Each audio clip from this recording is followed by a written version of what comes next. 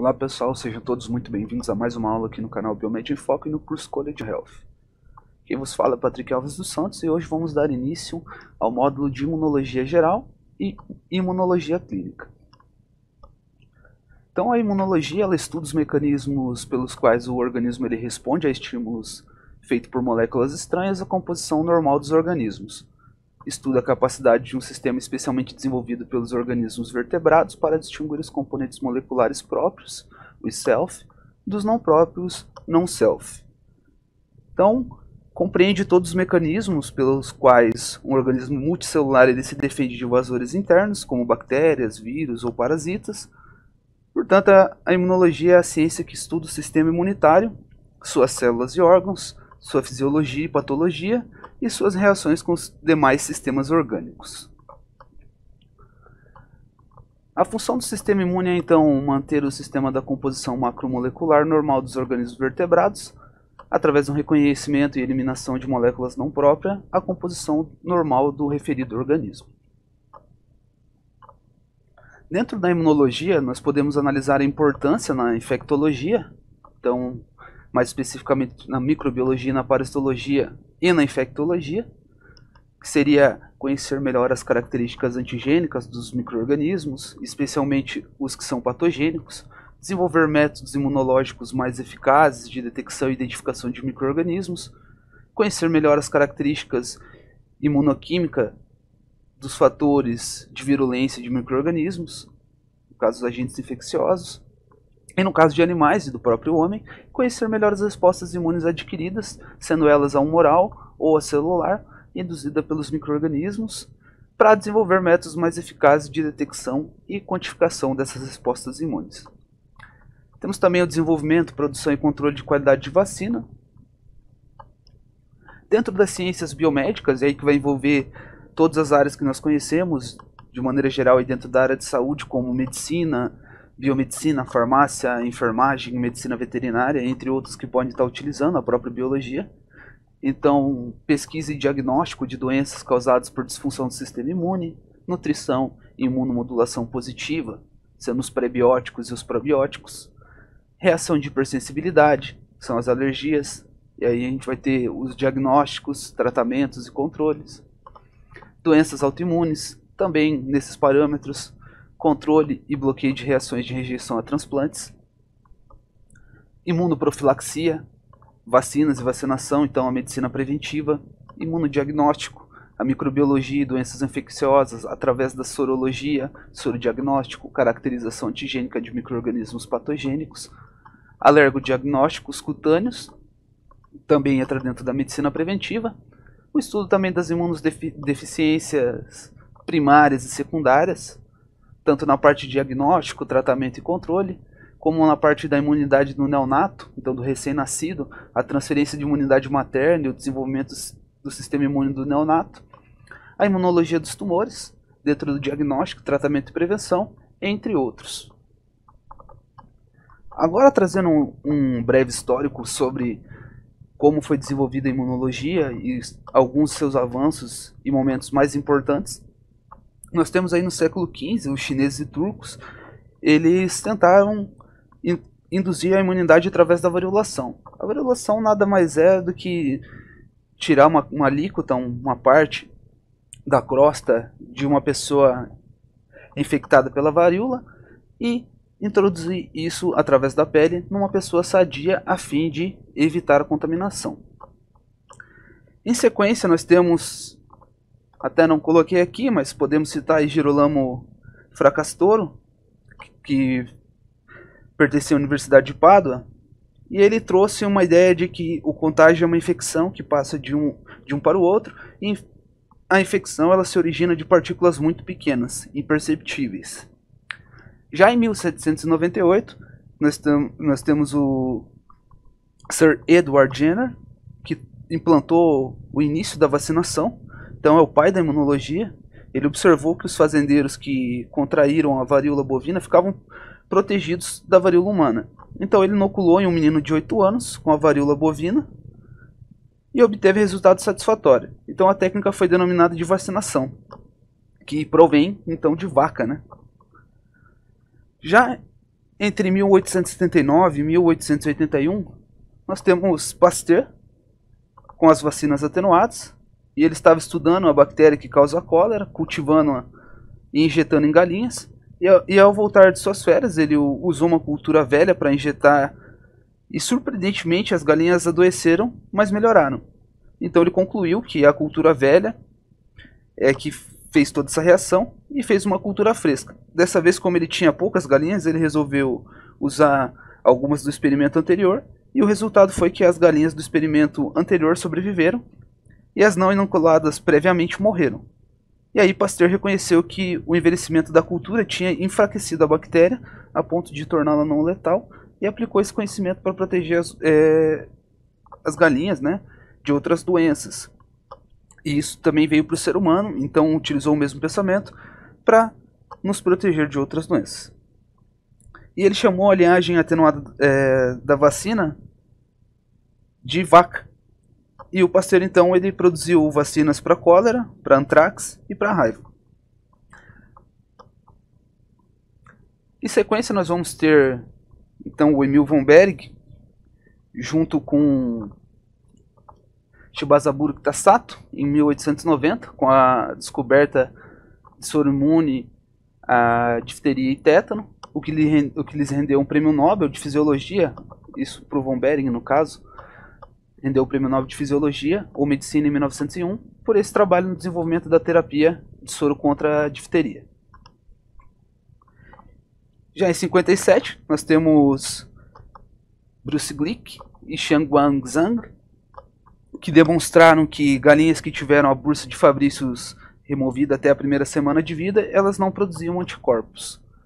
Então, constatou-se que a bursa de Fabrícios era responsável pelo desenvolvimento das células B nas aves. Em 61, nós temos Good e Miller, que demonstraram a ausência de respostas imunes. Então, as respostas citomediadas em camundongos, dos quais o timo foi removido, o que foi feito timectomia, né? Então, da mesma forma que as galinhas, os ratos não conseguiam produzir resposta imune quando o timo era retirado deles. Já em 1960, nós temos Peter Medawar, e ele fez a descrição da tolerância a enxertos de pele, o que também rendeu um prêmio igual para o von Behring, de Fisiologia ou Medicina, relativo aos seus trabalhos com enxertos. Em 1987, Peter Doherty e Rolf Zickernagel, eles trouxeram a ideia de imunidade humoral. Já em 89, Tim Mossman e Robert Kaufman, eles fizeram a descoberta dos subtipos das células de TH1 e TH2 através do perfil de citocinas que elas produziam. Então, pessoal, eu trouxe aqui alguns dos marcos importantes aí que nós temos dentro do desenvolvimento da imuno. Tem outros também que nós poderíamos citar, né? Que são também igualmente importantes, mas eu classifiquei esses como os mais interessantes para nós termos uma ideia de como que se desenvolveu a imunologia ao longo do tempo. E agora nós vamos falar como o sistema imune ele funciona. Então, conforme vocês podem ver aí no slide, o sistema imune ele funciona a partir de estímulos que vão ser levados até o sistema imune, que vai gerar uma resposta imune. E as respostas imunes, elas vão ser divididas em basicamente 3 fases, né? O reconhecimento do antígeno, a ativação dos linfócitos e a fase efetora. Todas as respostas imunes elas são iniciadas pelo reconhecimento do antígeno específico. Isso induz a ativação do linfócito, que reconhece o antígeno, e culmina na instalação de mecanismos efetores que medeiam a função fisiológica da resposta, ou seja, a eliminação do antígeno. Depois de eliminado o antígeno, a reação imune ela é atenuada e a homeostase do corpo é restaurada.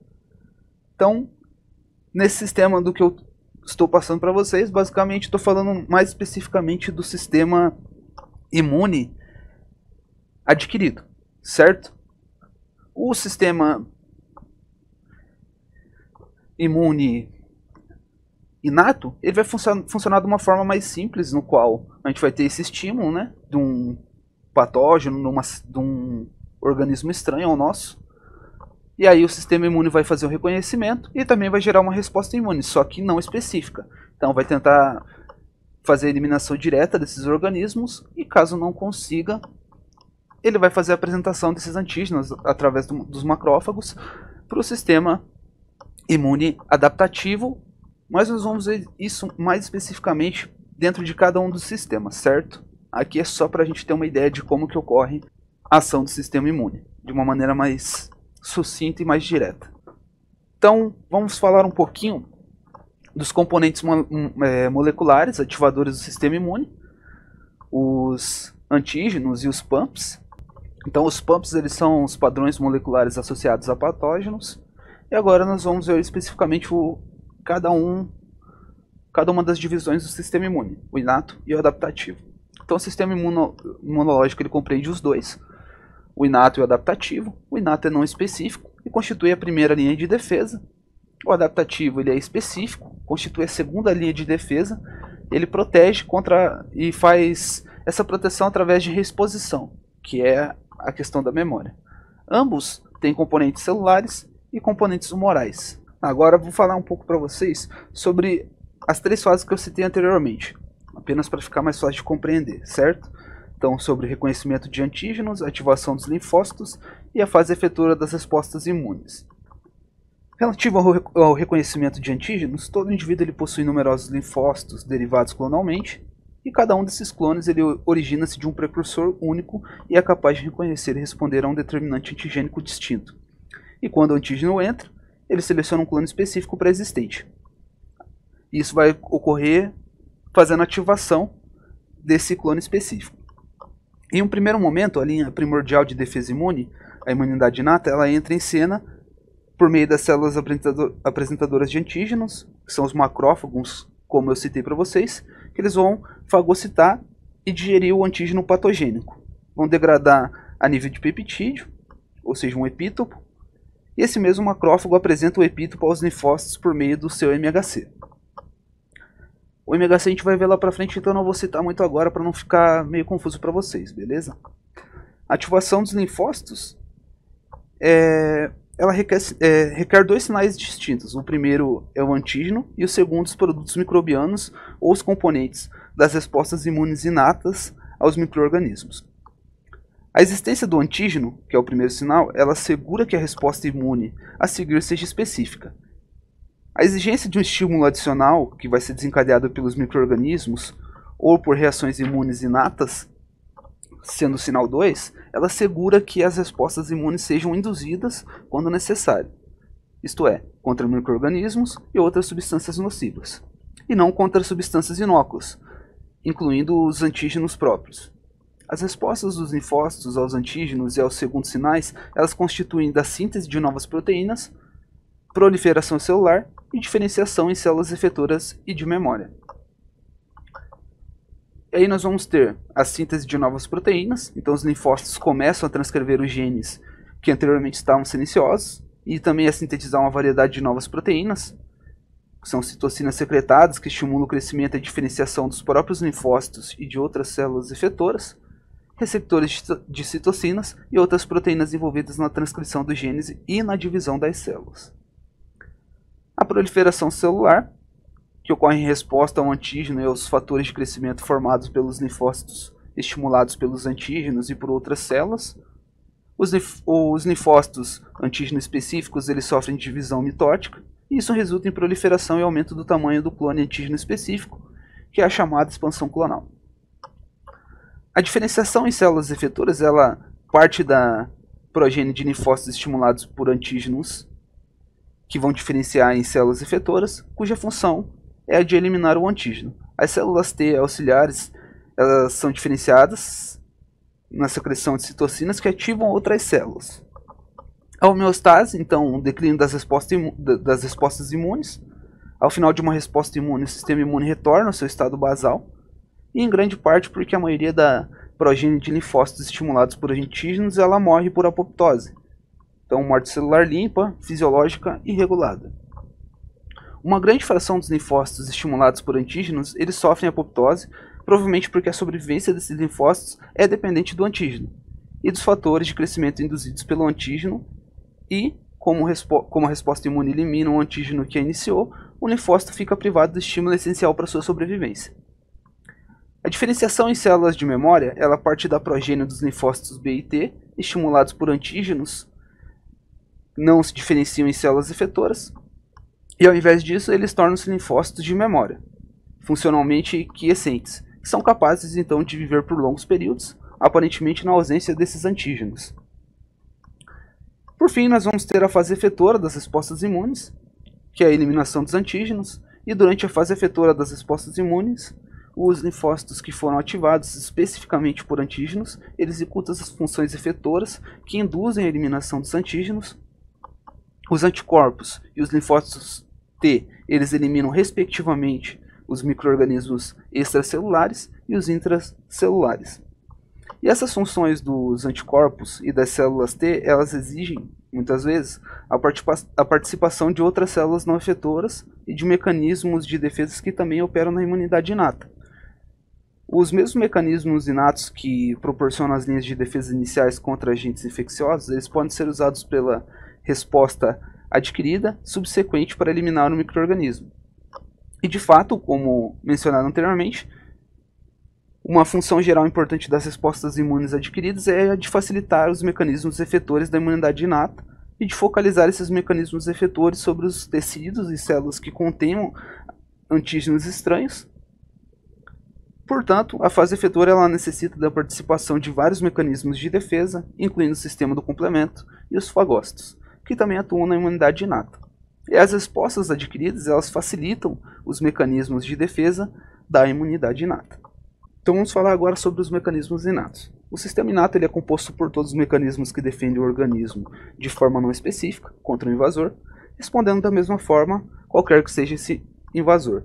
Então, diferente se for um micro-organismo ou um organismo estranho de maneira geral, ele vai responder sempre da mesma forma. Então eles constituem as estratégias de defesa mais antigas, sendo algumas dessas formas encontradas nos seres multicelulares mais primitivos, nas plantas e nos fungos. Inicialmente, nós temos as barreiras físicas. A pele ela é a principal barreira física, e a sua superfície lipofílica ela é constituída de células mortas, ricas em queratina, uma proteína fibrilar, que impede a entrada de micro-organismos. As secreções ligeiramente ácidas e lipídicas das glândulas sebáceas e sudoríparas criam um microambiente cutâneo hostil ao crescimento excessivo de bactérias. Nós temos também um ácido gástrico, que é uma poderosa defesa contra a invasão por bactérias do intestino, e poucas espécies são capazes de resistir ao baixo pH e enzimas destruidoras que existem no estômago.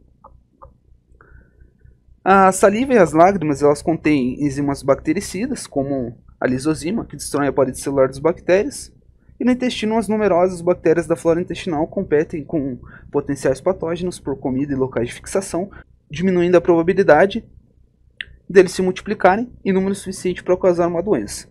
E é por isso que o consumo de demasiados antibióticos orais ele pode levar à depressão da flora benigna normal do intestino. Com cessação do tratamento, espécies perigosas elas também podem se multiplicar sem a competição, causando posteriormente diversas doenças. Por fim, o muco ele é outra defesa, revestindo as mucosas, e ele sequestra e inibe a mobilidade dos corpos invasores, sendo a sua composição hostil para muitos micro-organismos, e além disso ele contém anticorpos do tipo IgA. Agora, vamos falar sobre os fagócitos, então. Como vocês podem ver, tem uma imagem ao lado direito de cada um deles. E agora nós vamos falar especificamente sobre isso.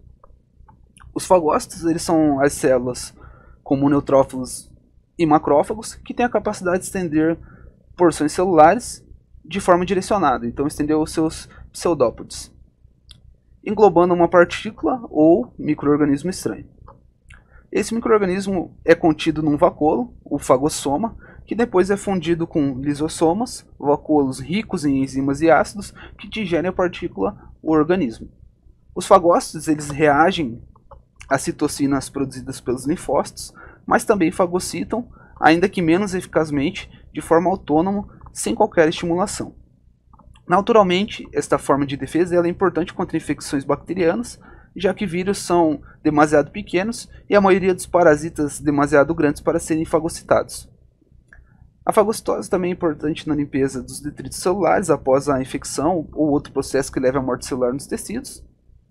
E, no entanto, os fagócitos eles morrem após algumas fagocitoses. E se o número de invasores e detritos for grande, poderão ambos, fagócitos e bactérias, ficarem presos num líquido pastoso e rico em proteínas estruturais que se denomina pus. Além disso, essas células elas produzem radicais livres, formas altamente reativas de oxigênio, que danificam as bactérias e outros invasores, além dos tecidos à sua volta. Então vamos começar falando sobre os neutrófilos. Eles são granulócitos, fagocíticos móveis, e é o mais abundante e é sempre o primeiro a chegar ao local da invasão. E sua morte no local da infecção, ela forma o pus. Eles ingerem, matam e digerem patógenos microbianos e eles são derivados dos mastócitos e basófilos. O macrófago é uma célula gigante, sendo a forma madura do monócito, e ele tem a capacidade de fagocitar e destruir micro-organismos intracelulares. A sua diferenciação é estimulada por citocinas e é mais eficaz na destruição dos micro-organismos. Ele tem uma vida longa, ao contrário do neutrófilo. São móveis, altamente aderentes, com a atividade fagocítica. Os macrófagos especializados eles incluem células de Kupffer, que ficam no fígado, células de Langerhans, que ficam na pele, e micróglias no sistema nervoso central. Além desses dois, nós vamos ter também o basófilo e o mastócito. Eles são granulócitos polimorfonucleados, que produzem citocinas em defesa contra parasitas. Também são responsáveis pela inflamação alérgica mediados por IgE. E por fim, os eosinófilos, que são granulócitos polimorfonucleados, que participam na defesa contra parasitas, também participando de reações de hipersensibilidade via mecanismos de citotoxicidade, envolvido em manifestações de alergia e asma, via especificidade por antígeno IgE. Ainda dentro dos mecanismos inatos, nós vamos ter o sistema complemento, e o sistema complemento ele é um grupo de proteínas produzidas pelo fígado, presentes no sangue, e elas reconhecem e ligam-se a algumas moléculas presentes em bactérias. Essa é a via alternativa. Ou eles são ativados por anticorpos ligados a bactérias, que é a via clássica. Então eles vão se inserir na membrana celular do invasor, e eles criam um poro, chamado de MEC, ou, na tradução seria complexo de ataque à membrana, pelo qual entra água excessiva, levando a lise por rebentamento osmótico da célula. Outras proteínas não específicas incluem a proteína C reativa, que também é produzida no fígado e se liga a algumas moléculas comuns nas bactérias existentes nos humanos, e ativando o complemento e a fagocitose. Por fim, nós temos a resposta inflamatória, que é fundamentalmente uma reação inespecífica, apesar de ser na prática controlada pelos mecanismos específicos, no caso pelos linfócitos. Ela se caracteriza por 5 sintomas e sinais definidos na antiguidade greco-romana, que são calor, rubor, tumor ou edema, dor e, em último caso, perda de função. A inflamação ela é desencadeada por fatores liberados por células danificadas, mesmo se por danos mecânicos, e esses mediadores, que são a bradicinina e a histamina, eles se sensibilizam os receptores da dor e produzem vasodilatação local, que corresponde ao rubor e tumor, ou edema. Mas também atraem os fagócitos, principalmente os neutrófilos, por quimiotaxia, e esses vão chegar primeiro, vão fagocitar os invasores presentes e produzem mais mediadores que chamam linfócitos e mais fagócitos. Entre as citocinas produzidas, nós vamos ter principalmente a interleucina 1 e o fator de necrose tumoral. Agora nós vamos falar sobre os mecanismos adaptativos ou adquiridos. E todo sistema específico ele se concentra na capacidade das células imunitárias distinguirem proteínas produzidas pelas células do próprio corpo. Então antígenos anti-self, ou seja, do próprio organismo. E proteínas produzidas por invasores ou pelas células humanas sob controle de vírus, que são os antígenos non-self, que não é reconhecido como sendo do próprio organismo. E essa distinção ela é feita através de receptores, os TCR ou T-cells receptors, ou os BCR, que são B-cells receptors, que são anticorpos presos a membranas.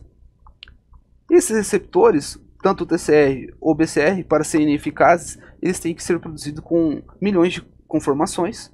De outro modo, eles não se ligariam a muitos tipos de proteínas invasoras e também não iam reconhecer elas. Muitos desses TCR e BCR, assim gerados, vão reagir com peptídeos próprios. Uma das funções do time da medula óssea é manter os jovens linfócitos sequestrados até que seja possível determinar quais reagem com moléculas do próprio organismo, e essa função é feita por células especializadas desses órgãos que apresentam aos linfócitos jovens moléculas produzidas por elas, e portanto são moléculas próprias.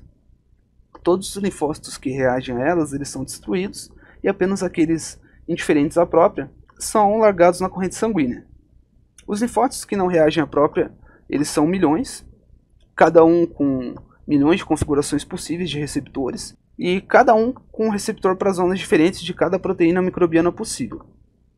A maioria dos linfócitos ela nunca encontra uma proteína para a qual o seu receptor seja específico, e aqueles poucos que a encontram, eles são estimulados a se multiplicar, e são geradas células efetoras com um receptor específico, então são produtoras de anticorpos ou citotóxicas, e ainda elas vão coordenar esse processo. E células de memória também.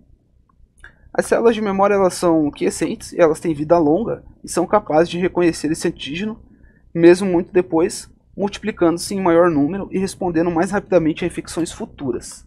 Agora falando sobre os linfócitos e citotoxicidade, os linfócitos B eles possuem um BCR, IgD e IgM, que é em tudo semelhante ao anticorpo, mas ele está preso na membrana.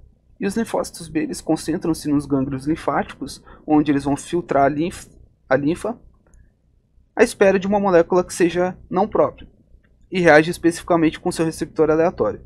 Para cada molécula possível, há vários linfócitos específicos, então assim, que haja uma ligação específica antígeno-receptor, e se o linfócito for estimulado simultaneamente por citocinas produzidas por linfócitos TCD4, que são os reguladores ou os helper, né?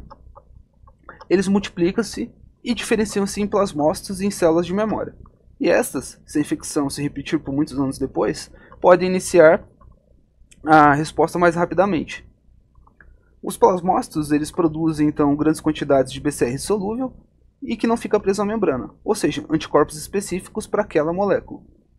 Os anticorpos são assim proteínas receptoras livres no sangue, que são específicas e se ligam a uma molécula não self, não própria, né?